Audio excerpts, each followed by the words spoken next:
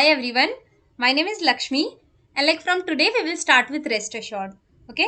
तो सबसे पहले तो हम ये समझते हैं कि rest assured है क्या. So basically rest assured is a library which will help us to automate our REST APIs. ठीक है, यानी कि जो भी ऑटोमेशन हमने पोस्टमैन के जरिए किया था वही ऑटोमेशन हम रेस्ट एश्योर्ड के जरिए भी कर सकते हैं. ओके, तो फिर जब हमने ऑलरेडी पोस्टमैन सीखा है और उसके अंदर हम ऑटोमेट कर सकते हैं, तो अभी लाइक हमें रेस्ट एश्योर्ड क्यों सीखना है और रेस्ट एश्योर्ड के जरिए हमें ऑटोमेट क्यों करना है.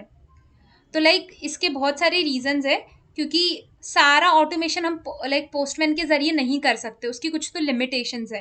अभी इसका मतलब क्या, तो इसका मतलब लाइक यहाँ से हम समझते हैं, लाइक काम करते समय मैंने जो लाइक समझा है वो चीज़ मैं आप लोगों के साथ शेयर कर रही हूँ. ओके, तो जैसे कि सपोज करो कि अभी आपको ये चीज़ वेरीफाई करनी है कि आपके डीबी में क्या वैल्यू जा रही है और स्टोर हो रही है. ठीक है, तो इस केस में आपका पहला अप्रोच क्या रहेगा कि आप मैन्युअली लॉग इन करोगे और मैन्युअली आप डीबी के अंदर जाके चेक करोगे कि आपके डीबी के अंदर क्या वैल्यू स्टोर हो रही है. राइट, लेकिन अगर आपको ये बारी बारी करनी है तो it would be little difficult for us to like verify every time from the DB. Right, manually जाके वहाँ पे चेक करने के लिए थोड़ा लाइक मुश्किल आ सकता है. तो इस चीज़ को बेसिकली हम क्या कर सकते हैं, ऑटोमेट कर सकते हैं with the help of REST Assured. Okay, तो बेसिकली यहाँ पे रेस्ट एश्योर्ड क्या करता है, REST Assured help us to connect with DB and verify the value getting stored in the DB. Okay, तो ये हम कर सकते हैं with the help of REST Assured, यानी कि आपके एपीआई के जरिए आपको जो भी रिस्पॉन्स आ रहा है आप चेक करोगे कि आपके एक्चुअल के डेटाबेस में क्या जाके स्टोर हो रहा है.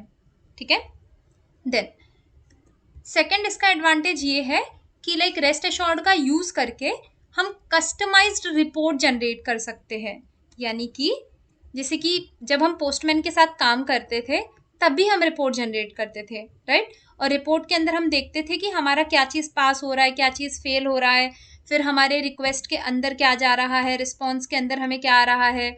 ये सारी चीज़ें लाइक हम क्या करते थे, चेक कर सकते थे ये वाले पोस्टमैन वाले रिपोर्ट से. राइट, लेकिन ये जो रिपोर्ट था ना ये बेसिकली कस्टमाइज्ड नहीं था, यानी कि इसमें आपको सारे के सारे इन्फॉर्मेशन मिलते थे, लेकिन यहाँ पे लाइक आपका ऐसे कुछ कंट्रोल नहीं था बेसिकली, आप बोल सकते हो.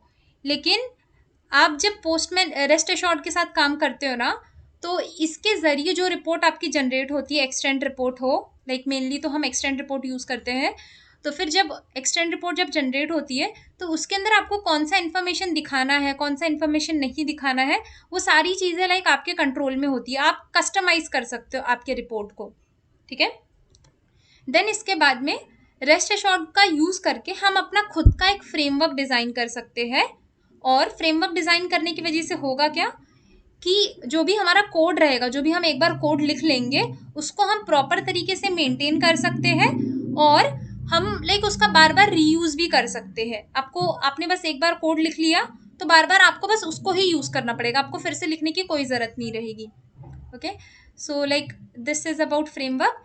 एंड देन रेस्ट एश्योर्ड का यूज़ करके हम parallel execution of the test cases भी कर सकते हैं, यानी कि आप पैरेलली मल्टीपल टेस्ट केसेस भी रन कर सकते हो with the help of REST Assured.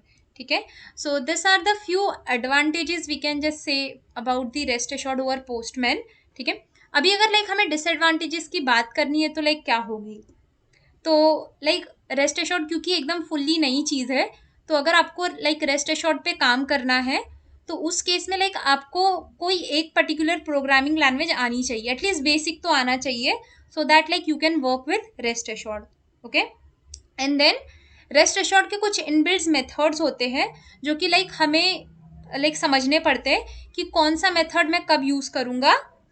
ठीक है, कोई भी लाइक एपीआई के ऊपर एक्शन परफॉर्म करने के लिए, या फिर अगर आपको कोई भी चीज़ वैलिडेट करना है उस चीज़ के लिए. ठीक है, तो ये लाइक हम सीखेंगे हमारे लेक्चर्स में कि ये क्या होता है, किस तरीके से होता है.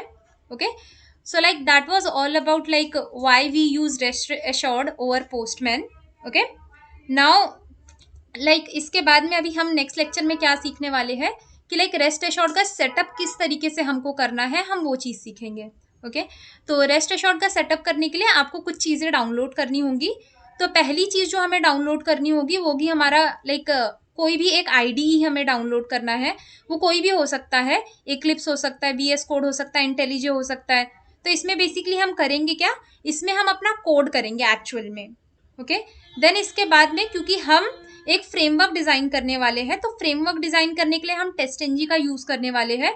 तो इसके लिए हमें क्या करना होगा, टेस्टएनजी का प्लगइन भी डाउनलोड करना होगा, ओके। देन इसके बाद में हम हमारे इक्लिप्स के अंदर एक मैवन प्रोजेक्ट क्रिएट करेंगे, और उस मैवन प्रोजेक्ट के अंदर एक हमारे पास ना pom.xml नाम की फाइल होगी।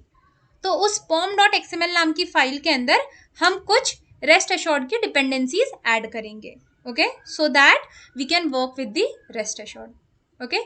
I hope like this will be helpful for you. So see you in the next lecture. Thank you so much.